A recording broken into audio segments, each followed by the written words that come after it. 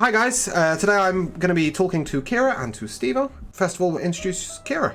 Kira plays with us in a fair few of our role-playing games, and he also has his own Twitch channel, which you can find on screen.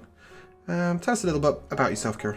Well, there was the meteor. No, but seriously, I've been DMing for about 2 years now, and I usually DM for a friendly table in person. They're some of my best friends. But I started with 10 Candles before I started with D&D. And then I transitioned over to D&D, and well, it's just been history ever since. I like anime, and I kind of DM style is kind of anime. Yeah, well, that makes sense. And with us today, we also have Stevo. Stevo is your home for Star Wars content on Twitch. You can find his Twitch link there. He also does other things. Don't believe it, it's not all Star Wars. Whether you'd like it to be or not. And he also participates in the Secret Adventure Society, which is a both Twitch and YouTube campaign. You search the Secret Adventure Society on YouTube and catch up with them there. Links are also below for those that need them. Steven, would you like to tell us a bit about yourself and your D&D experience? I've been creating content for like 10 years now in various forms, and D&D is the latest one for me. Like I played tabletop RPGs in various capacity. I've done little short, mini campaigns and one shots. I played World of Darkness, a couple of other variants, but I played actual D&D proper for the first time about a year and a half ago now, I guess at this point. And we did a one shot for COVID relief called Charity D&D. And that was back on Mixer, and then the group that I did that with was like, this was great, we should probably do a campaign. And I was like, well, it'll be my first ever campaign, my first ever D&D campaign proper, and I'm having a blast with it, and I'm still learning. Like just a couple weeks ago, I was like, oh wait a minute, can I hold an action during combat? And they went, yeah, like like I'm still learning. So, but I'm loving it. It's very helpful that I think Zach knows most of the rulebook inside out and back to front. Zach being the DM for Secret Adventure Society. So. One of our other players, Goon, who plays Q, he also comes from a long line of like DM knowledge and stuff. So if somebody knows the rules while we're sitting there. So, Steve, you play a character called Pierce in Secret Adventure Society. Tell us a little bit about how you came to write that character. So I first of all, when I started, like I said, I was fairly new. I'd never seen, and I still haven't. I've never seen an episode of Critical Role. I'd never watched another D&D stream or campaign, and so I didn't know if what I was doing was original or but it wasn't purposefully derivative of anything. But I was sort of looking at the other characters that the party was making, and I needed somebody who was simple in combat, and. Pierce started out, those of you that watch the show probably will never know this, but in the first episode of SAS, Pierce is actually not a gunslinger. That's what he is now. But he was actually I think it's a blood hunter. Mm-hmm. Is that a class? Yeah, it is. And I was like, I kind of wanted to I had just finished watching The Witcher on Netflix, and I was like, you know what? I want like Geralt of Rivia is like stuck in my head.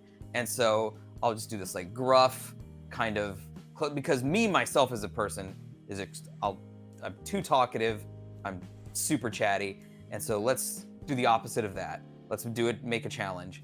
And then after the first episode, Zach was like, hey, have you thought about Gunslinger? Because you didn't do combat or anything, so we could just like retcon that like real easy. And I was like, oh no, that's much simpler. I can focus on role playing instead of like what all of my abilities are. Keeping all that in my head is very difficult. And so from a combat perspective, he was very simple. He was just going to be a gunslinger, and I could shoot stuff and not worry about that. And then his personality developed over time, because at first I thought I wanted to find someone the opposite of me. And then I started playing with the idea of like, this guy's a jerk and he's an asshole, but he has a heart underneath him, in the sense that he wants to be close to people. He wants to be family with people, but he also blames everyone else for his problems instead of just assuming responsibility for them. And so I started to explore this idea of the kind of person, and there are several examples that I have in my own life, of people who are good-hearted people that push people away actively because they're scared of getting close to them. And I was like, I want to explore that psychology a little bit. And so that's where Pierce's personality came from. Do you now have the Pierce brain? Can you just put Pierce's hat on and react instinctively and play the character that way? Yeah, most of the time, yes. Most of the time, I can flip the switch and I'm there, like I'm in it. Sometimes, like if it's been like a really hard day, a really long day, and then like I sit down to play D&D, I have to purposefully shift in that direction. But there are also some times where I will say something and my wife, Nerdez, will go, "You just gave me Pierce voice," and I went, "Oh, sorry." Like, and then sometimes, like I'll it bleeds the other see way. Pierce during the day as me. But generally speaking, yeah. If actually, I remember there was a very sweet moment a few months ago where someone who watched the show was having a tough day, and they had tweeted, "You know what? I could really do with like some Pierce reassurance right now." And so I tweeted back, like, in the voice of Pierce, like, just that sort of hard love, like, you fucking got this. You can do it. Don't flake out on me now, like, kind of thing. And so, like, I feel like he's right there with me a lot of the time. Characters that represent yourself in some ways are often easier to step into, and you do get that sort of multiple personality shift. When writing a good character, do you have to take into account... Obviously, you have to take into account the world in terms of where you set them. But do you take into account the people you're playing with as humans when you create a character?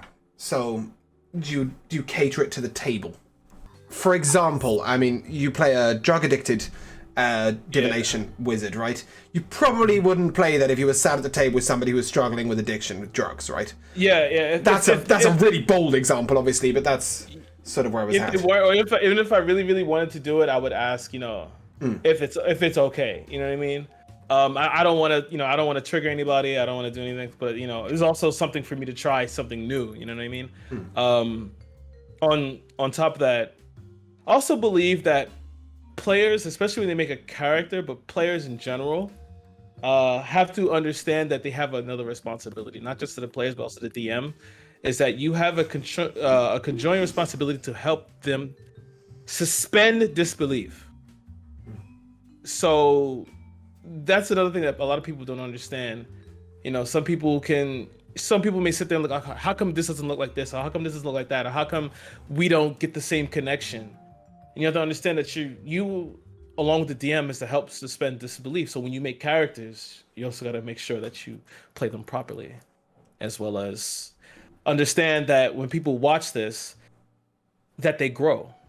You're playing with people around you, and your character is going to grow along with them.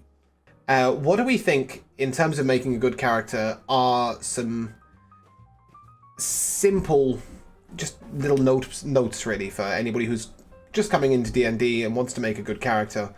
Where do you start with that? I think if you're making your first character, it is totally okay to start with someone like you. Someone who is natural to your own personality, because it'll be easier to roleplay someone that is you responding in that situation. And then create a conflict. Create yourself, and then create a conflict that you, as a person, may want to tackle or deal with, or has followed you in the fantasy world their whole life, and that will ease you in. I'd like to add a flaw. Make sure your character has a flaw. Yes, you please. can't have perfect characters. They don't exist in the human world. There's no reason for them to exist in D&D. We spoke about voice acting when we discussed what makes a good role player. I'd like to talk about voice in a different way. I don't mean necessarily doing a voice acting, but a tone. I think a good character, personally, has to have a certain tone to them. In a manner of speech or a way of talking to people. And of course, Pierce embodies this, because that is instantaneously the most recognizable thing about Pierce. Not necessarily how you do the voice, but the sort of thing he's going to say. How did that come to be? Well, a lot of it was because I had just watched The Witcher, and so a lot of it was just grumbling and swearing, like at first, and just like oh fuck, just that minimal. Yeah, just a minimal, kind of angry, and then like I knew he was going to be kind of an asshole because when I realized how kind of entitled he was and how he's got some problems, but his problem's really not that bad. It's just that he thinks they're bigger than they are, and then he blames everybody else for them. So I knew that that was going to be that sort of created my through line of consistency of complaining. Like, he's going to complain about something. He's going to complain about this, or he's going to complain about that, or get upset at someone for something that they isn't necessarily in their control. And finding his personality, like, and I mentioned this earlier, just there are some times where he will say something I was not expecting. I didn't plan it. It came out, and I go back and go, oh, no, that makes sense. But it almost feels like I wasn't even in control at that point, if that makes any sense. Yeah, no. What about you, Kira? When you create mannerisms, and I know your characters are very based around mannerisms, Yes. more so than the voice they get given. Talk to me about the mannerisms of... I'm not going to be able to remember his name now. Oh, you're talking about Thearis. Thearis, that's it. If there's ever a character of mannerisms, that was him. Yeah. Talk to me about how you put mannerisms into a character. Perhaps use Thearis as an example. I knew I wanted to make a Simic hybrid. So basically, I was like, all right, I want to make a Simic hybrid, and you told me I couldn't, but I was like, you know what if he's a runaway Simic hybrid in your world? And Simic hybrids are, they take other pieces of other parts of different animals and put it on themselves. And I was like, so, all right, how about I make him some sort of like a crazy doctor? And then, sure, I mean, that has to mess with you on some level. And then also, he was also taken by the Drow. He's imprisoned by the Drow. He got away. He got himself a necklace of unseen, you can't see him with scrying. So I just decided to make Thearis as insane as possible, especially something completely different. I'm not gonna lie, like I could be jealous of Josh every now and again because he makes all these different types of characters, and like they're so like far forward. And Josh is a player. He plays Rakan, he plays Maverick, all different types of characters in the campaigns. And I was like, okay, all right, I want to try and do that on a certain level. And well, let me try a crazy character. And I guess Thearis just came into it. And I was like, all right, let me just try the crazy thing I can do. And all right, I'll summon a bird. And then once it's done doing what I wanted to do, I'll eat it, because quite frankly, he doesn't really care about life. He doesn't care about life. He only cares about study. He only cares about improving himself. He only cares about the assimilation. It's all he cares about. So how do you then perform that, I guess, is what I'm getting at. Because he was very mannerism based, right? He had his sort of a way of reacting, talking, etc. That makes him textured, that makes him, to me, an incredible character. Does that sort of happen? Do you go, this is his personality, this is his backstory, and then when you go to play him, you discover that he has these mannerisms, or is it pre-planned? They're mostly pre-planned.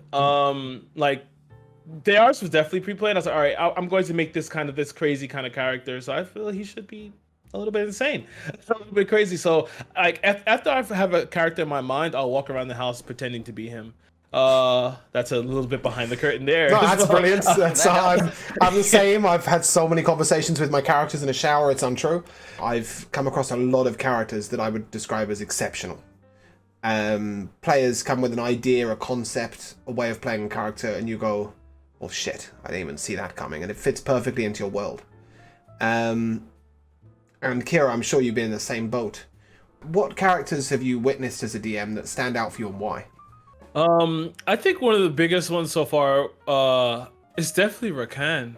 Looking at Rakan's character, what makes it so incredible is how unique it is, right? Yeah. Beyond definitely. anything else, it's the uniqueness. Yeah, I've never seen a character like that. So for reference, Rakan plays the son of a god that has been forgotten, who has been sent to Earth to try and bring, well, Earth being Earth, to try and bring people back to worshipping his father, to bring his father back into power. And this plays as the son of the god of rock, and he plays as an earth elementalist druid. In witnessing Rakan's character and his backstory and the way he explained the character to you, what really stood out for you? The biggest thing that stood out to me was that, okay, first of all, he's with how the world works. You know, it's the world has moved on from old gods. It kind of resembles our world pretty much. You know, but the world has moved on from old gods, where now only two gods are worshipped, and you know, the old gods aren't prayed to anymore, so they lose their power. And the fact that, and it's not just him too. Like, this is kind of unfair because almost everyone in that campaign has kind of done this, which is amazing. Bastion being a Warforged, and you know, yourself and Elovia. Um, but the fact that he's coming to Earth, he's coming to Athea as a character who doesn't know anything. He only knows, you know, what he knows, which is that, you know, I'm a god, and that everything else is pretty minuscule compared to what I've already seen and witnessed. And I just think that just plays beautifully, especially when he has to work, you know, when he's like contrary to how everyone currently has to live. But then I also don't think he understands Rakan. I mean, Rakan understands that this struggle that seems so minuscule to you is something that kind of has to happen. You know, it happens to people who aren't gods. And that's the whole, there was a, I think it was like episode 7, where Zeltrin and himself had that conversation where you don't really get the point, Rakan. You don't get the point. And I just think that was just beautiful, really. And that's what really stood out to me. And then you combine that with his fascination with discovering a bagel for the first time, which was also incredible. So yeah, no, I can definitely agree with that. So we came up with a summary of sorts. We came up with relatability, the ability for you to relate to your character, but also for others to relate to your character. And believability, it's got to fit in the world. Your character's got to have flaws, because otherwise they're just not a real person.